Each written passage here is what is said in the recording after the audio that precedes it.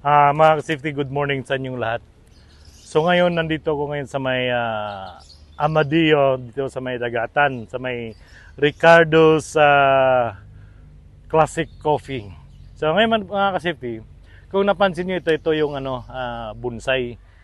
Bukas pala, may pala dito yung contest ng mga CBC. Ang tawag ng ibig sabihin ng CBC is Cavite Bonsai Club. Under sila ng Philippine Bonsai Society. So ngayon mga ka-safety, kung nakita nyo mga ka-safety itong bonsai na itong bonsai na ito, napakatagal na ito. Ito pala ay galing pa yata ng Thailand. So ngayon mga ka-safety, ikutin natin yung mga, kung nakita nyo dito mga ka-safety dito tayo. Yan. Yan. Ito mga ka-safety, kung nakita itong bonsai na ito kasama ito sa may contest bukas. Isang linggo. Ito yung ng Cavite Bonsai Club. Okay. Ito yung mga entry nila. Okay.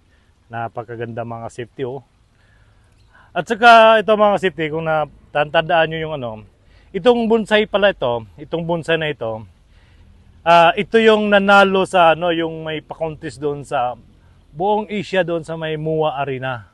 So ito yung nanalo, yung kaisa-isang nanalo dito sa Cavite Bonsai Club ito bronze, nanalo ito ng bronze sa buong Asia.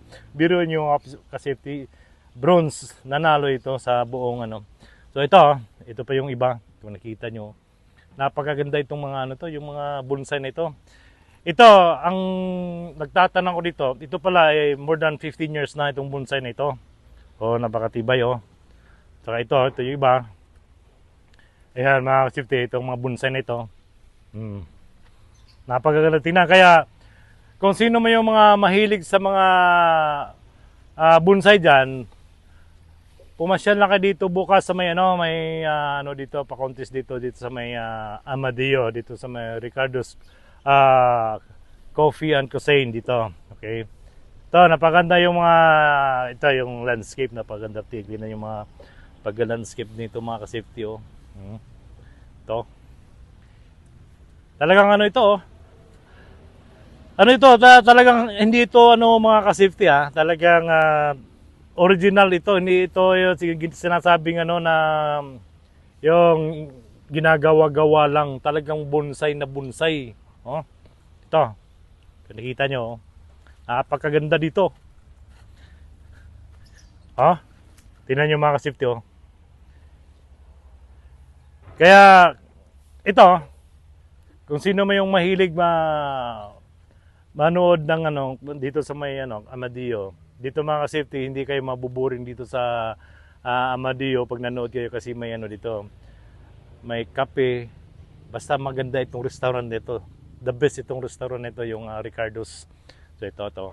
Napakaganda yung pagkatira nito Talagang napakaganda. Kung nakita nyo mga ka-safety napakaganda. Ito. So yung iba dito, ang sabi ng itong bonsai na ito yung nasa labas. More than 20 years na yan yung bonsai na yan. Ayan mga ka-safety, more than 20 years na yan. So ngayon mga ka-safety, ito mga ka-safety, ito, kung nakita nyo itong sa labas na ito yung bonsai collection ng may-ari ng Ricardo's. Ito yung mga bonsai collection niya, yung nasa labas. So yung nasa gitna, kung nakita nyo yung nasa gitna mga ka-safety, yan ang mga CBC, Cavite Bonsai Club na sasali sa contest. So ito yung sa labas, ito yung collection ni Mr. yung may-ari ng Ricardo's Coffee and Cuisine. So dito mga safety, talagang dito, kung gusto nyong mag-relax, pasyalan nyo dito sa may Amadillo. Saka kung gusto nyo mag-picture taking, marami dito mga bonsai. Kung mahilig kayo sa mga halaman, yung mga bonsai. Dito mga safety napaganda dito So kung napansin nyo yung una kong vlog, pumasyal ako dito pero walang mga display na yung pang contest. So ito, Ito yung mga collection ng may-ari ng Ricardo's Coffee and Cuisine. Yan. So napakaganda yung mga collection niya mga ka-safety oh. Oh.